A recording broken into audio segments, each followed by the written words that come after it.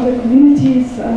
They had the most lucrative businesses, and that's why they were often targeted by Libyans, and in many cases, after doing the job, not being paid for the job. And the fact that they had minimal relations with the embassy, as per the migrants, did seem to give the space for Libyans to abuse them and not to give them back the money. Muhammad will now be talking about the crisis now. Right, we'd like to talk more about the responses of migrants during the Libyan crisis, or at the onset of the Libyan crisis, the security concerns they had, their return journey to Egypt, stakeholder responses here in Cairo, as well as their current needs here following their return. With regards to the impact of the Libyan crisis on Egyptian migrants there, it was essentially, of course, reflected in the loss of employment at the onset of the crisis. The reasons for this were not always the same. Sometimes they were the result of employers leaving Libya at the onset of the crisis, and sometimes they were based on the fact that employers were sometimes not willing to pay wages after the start of the crisis. Food scarcity was also a significant problem, of course, at the onset of the crisis, as well as physical attacks and the general risk to life that migrants or Egyptian migrants in Libya faced at the time. Egyptian migrants explained, or Egyptian attorneys from Libya explained that they were expecting sudden attacks on their homes and were also at risk of being shot at and buying basic necessities. Attacks were also common before the crisis. It was not just a prominent problem that was present at the onset of the crisis. It was something that Egyptian migrants in Libya had commonly faced throughout their time there. However, the nature of the attacks changed slightly in the sense that prior to the crisis it was more verbal. However, at the onset of the crisis the attacks were more physical or more violent. Xenophobia and discrimination, again, were not just issues that were faced prior to the crisis, but also during the crisis. And Egyptian attorneys and the different governorates, the ones we have interviewed, of course, explained that sometimes, that a lot of the time, this was against Egyptian migrants in particular who were in Libya. This kind of xenophobia and discrimination was reflected through threats, attacks in the street, and again, a refusal by employers to pay wages. A significant issue, one of our main findings, was that there was a general lack of assistance by the Egyptian delegation in Libya at the onset of the crisis and following return to Egypt. More particularly, there was a lack of assistance to help migrants travel from the airport in Tripoli after the crisis started. This is a short account by a returnee in the governorate of Minya on the lack of assistance by the Egyptian delegation there. He says that the embassy should have had their own in Libya as an Egyptian delegation. They should have provided any kind of support. I was detained there, but I expected to at least be deported with dignity. A friend of mine was detained in a mountain there and was fed only one meal at 4 p.m. for 55 days. In the end, these 100 detainees were deported to Egypt. Now there is no security whatsoever. My cousin lost his passport, so he wanted a travel document. He went to the Egyptian delegation there, but no one helped him. Nobody listens to you. And this is one account of a few on the general lack of assistance by the Egyptian delegation. With regards to the return journey to Egypt, generally speaking, there were significant challenges of traveling by land, in the sense that there were confiscation of belongings at checkpoints, and returnees were also ordered to pay money sometimes at these checkpoints. The journey itself by land is not very safe. For example, we have a 27-year-old returnee in Minya. He noted an incident where the car that he was in was shot at, killing 9 people and leaving some injured. The traveling by land became costly at the onset of the crisis, more costly. For example, it was noted that a similar journey would cost roughly 300 Libyan dinars for 3 individuals, compared to 30 dinars per person prior to the crisis. And of course, at this time, returnees migrants within that context would not, were in a precarious financial situation, so that this, of course, did not help. Following arrival at the airport in Tripoli, there were no flights available, and migrants spent approximately 13 days at the airport before deciding to travel to Tunisia, which we will discuss in a bit. At the airport, again, confiscation of belongings was common. However, it's important to note that Egyptian migrants in particular generally had a large number of supplies that were confiscated at the airport. They generally had supplies that they wanted to take back home, such as electronic appliances, for example. One positive finding that we had in the case study was the support provided by the Tunisian general population. Returnees were very grateful to the support provided in Tunisia after their arrival in Tunisia in border camps. They were hosted in schools, so accommodation was provided, sometimes even in nurseries, food was provided, and this is something that was repeatedly mentioned in the focus group discussions and in-depth interviews that we conducted. Planes were eventually sent, as explained to us by returnees at the governorates. We conducted field research in. Planes were sent by different Arab governments, however none in particular were specified. And it was mentioned that the Egyptian government sent ships to help migrants return. However, at the time, air travel was the preferred mode, of course. This is a short account by a returnee of his time, of his experience at the airport in Tripoli. He says, "We were fetched upon arrival at the airport in Tripoli. We stayed for a week there and were asked to leave all our belongings to enter the airport. We had to sell our items and in many cases destroy them before leaving them behind. And before we successfully arrived in Tunisia, we had attempted to go there several times using different drivers and paying each time 200 dinars per person. We were diverted back each time by Libyan groups to go back to the airport. They did not want us to flee, but probably wanted us to die. At that time, we were losing all money left on crossing attendants and food. For instance, a sandwich that normally cost half a dinar now cost 5 dinars. We would also like to note that some migration to and from Libya of Egyptian returnees last year occurred, and so some of those returned actually went, or some migrants, some residents of the governor's we conducted field research and actually went to Libya and returned in the same year, 2015. And this was particularly common from the governorate of Fayoum, where irregular migration is relatively common. It's also important to note that detention and deportation were common. This essentially was often the reason why they had to come back.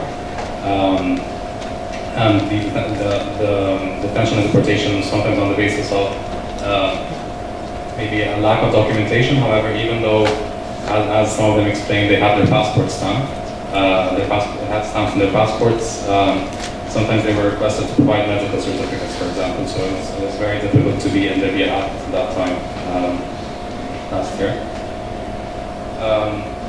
There were some responses by stakeholders here in Cairo. So we'd like to cover responses by one international NGO, by two intergovernmental organizations, by a private sector initiative, and by state institutions.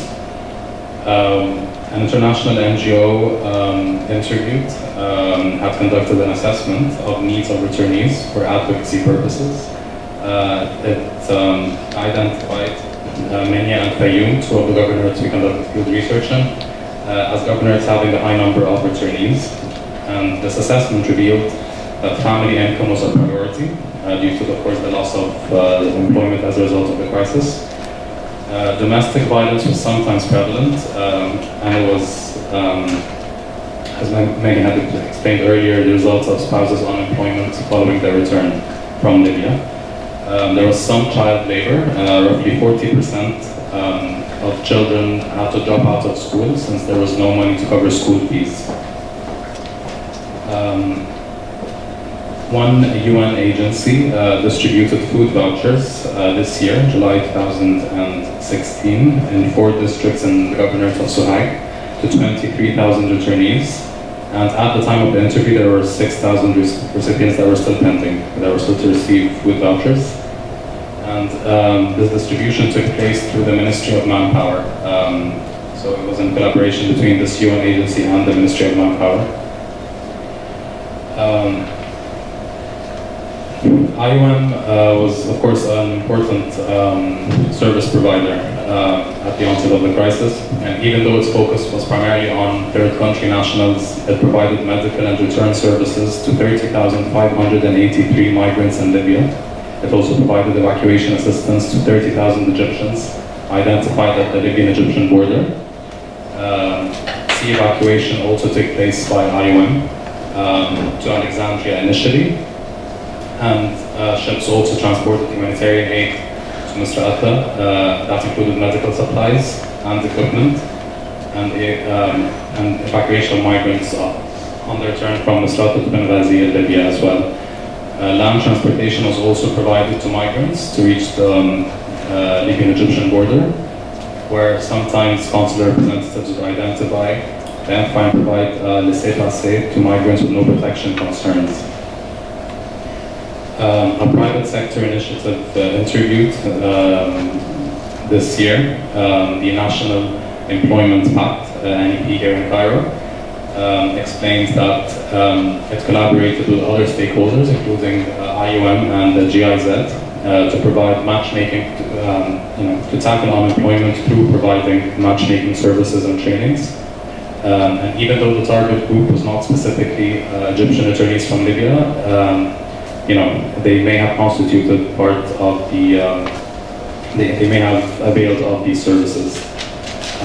Although there were no specific figures on Egyptian returnees who were provided with these services in particular. The NEP explained that 2 employment centers were set up, one in Cairo and another in the governorate of Sharqiya. Awareness training was provided to job seekers from Fayoum, Munafiyah, and Al-Ubayya, and there were additionally employment fairs in Fayoum and Munafiyah. With regard to responses by state institutions, generally speaking, there was, as explained by returnees in the 3 governorates where we conducted field research, there was generally a lack of financial compensation following the crisis or following their return. They explained that one employment service and compensation program that was supposed to be implemented by one governmental entity had failed, despite payment by returnees of a small contribution. They explained that in 2015, the same governmental entity asked them to approach a post office to register for specific services that were to be offered, but at the time they were interviewed by us, there was nothing had been provided. However, it's important to note that the Ministry of Social Solidarity provided food subsidies, as was also explained to us by respondents in the FGDs and in-depth interviews. To wrap up, in terms of the current needs of Egyptian returnees from Libya, the number one thing they would usually mention would be employment, and they need better job opportunities and increases in their daily wages. They did not really identify competition over jobs following their return, given the high number of returnees from Libya, to be a significant issue. However, it was occasionally mentioned. You have, they mentioned, of course, better education opportunities for children, because since, as we've seen, there's some child labor, children forced to leave schools and nurseries to attend, or sometimes to leave private nurseries or schools to attend public ones. Private medical treatment is costly. For example, one respondent explained that he needed a surgery that was to cost £50,000, Egyptian pounds. However, this was an amount significantly high considering his current socioeconomic condition. Opportunities to migrate. This was discussed. Any alternative migration options were discussed during our GDs and in-depth interviews. However, return to Libya at the current time is, of course, it was explained. Respondents explained that it was not an option given for many of them at least, given the current security situation there. With regards to alternative migration options, such as, for example, to Gulf states, they often mention high visa costs associated with migration to Gulf states, and the kafala or sponsorship system there, which is costly for them, since a significant amount of money goes to sponsors, in Gulf states, and it's just a system they were not willing to be in, pretty much. This is a short account of a respondent or a returnee, the governor of Suhail, following his return. He says that I returned with no money at all. The demand over jobs increased with the high numbers of Egyptians returning. Some people who managed to have some capital started small businesses, but the majority struggled through seasonal daily labor. Many people were indebted to pay back the cost of their travel or return. I am now unable to give my children the same pocket money and privileges they used to have. I took out my children from private nurseries and sent them to public ones. I decided to be more creative, and I decided to work as a taxi driver. This was by a 29-year-old returnee in Suhail. Sorry, maybe some concluding remarks. Conclude in 1 minute? Okay, so just in general, what we have witnessed is that 2014-2015 eruption of violence has had a larger impact on Egyptians in terms of being more or less the last being the last resort for them to go to Libya, leading to the difficulty of accessing Libya again at the moment, and thus having to count on seasonal labor. As Mohammed mentioned, the assistance provided by the government is quite ambivalent and almost not that existent, and was often the complaints of migrants. The shortage of income due to loss of jobs has led to dropouts, child labor, and domestic violence, and less consumption patterns. There are still continuous aspirations to go back again. However, the situation in Libya is not allowing. It's very important to note that what stakeholders told us, that the conditions that such returnees, with the exception of psychosocial implications from the experience, very much resembles the larger community of the rural community who are prone to migrate. So again, alternatives are needed to the larger community, and again, like we have earlier mentioned, lack of information and attentions by stakeholders. I mean, these are people who have been involved one way or another in the research, so I thought that we should be acknowledged. Thank you.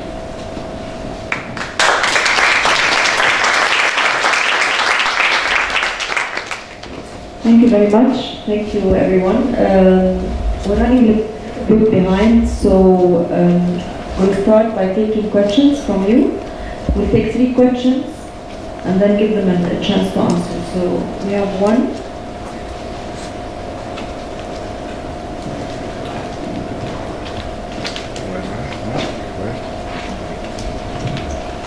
Good evening.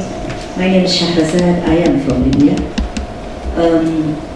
It's very, I'm sorry, I was a bit late. It took me 3 hours to get to here, so that's why I was late.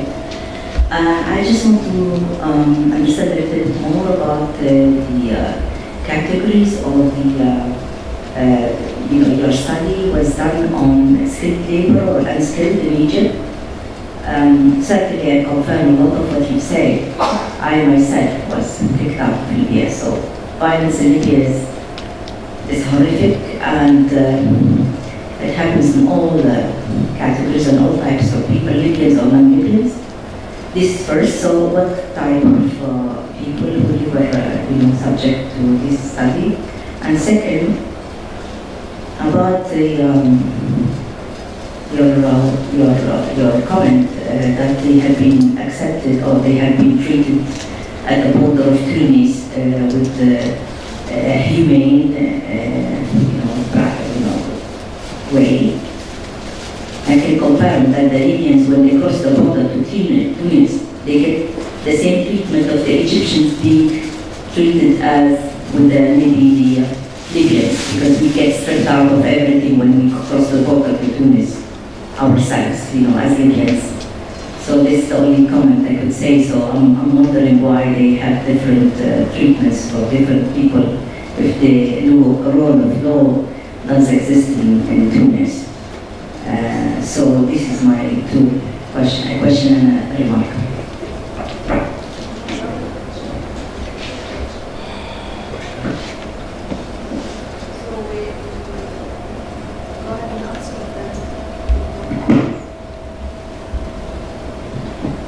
Okay, for the first question, they were mainly unskilled labor. These were people who were working here on seasonal agriculture, and also in Libya they were working first as daily laborers, and once construction need emerged, they were working as marble workers, ceramic workers, and other professions, but they are talking about unskilled. That's why they're also beyond the one, as according to one ministry we have, they're officially not part of the mandate of the Egyptian government, unfortunately. On the second point, I'm not sure if I got it correctly, but those whom we have interviewed and who have crossed Tunisia, they did confirm that the Tunisian government not allowed them inside Tunisia, so they were kept in schools, hospitals, and other border areas. However, they were treated humanely until a return arrangement is made for them. They were given phones, they were given food, and we were always very confused in the beginning. Who did this? Was it civil society? Was it volunteers? And we say, and we've had lots of phrases like that, and we love Tunisia, we'd like to thank the Tunisians. Then later on when we delved, we were told some of them were from the army, some were volunteers, and they were also advised to, specifically the sample in Sohag, they were advised to start kind of a hunger strike or start pushing the governments, and then later on these flights came, but we're still not sure who provided these flights, which governments. So they were not allowed inside Tunis, but they were allowed to, get all the relief and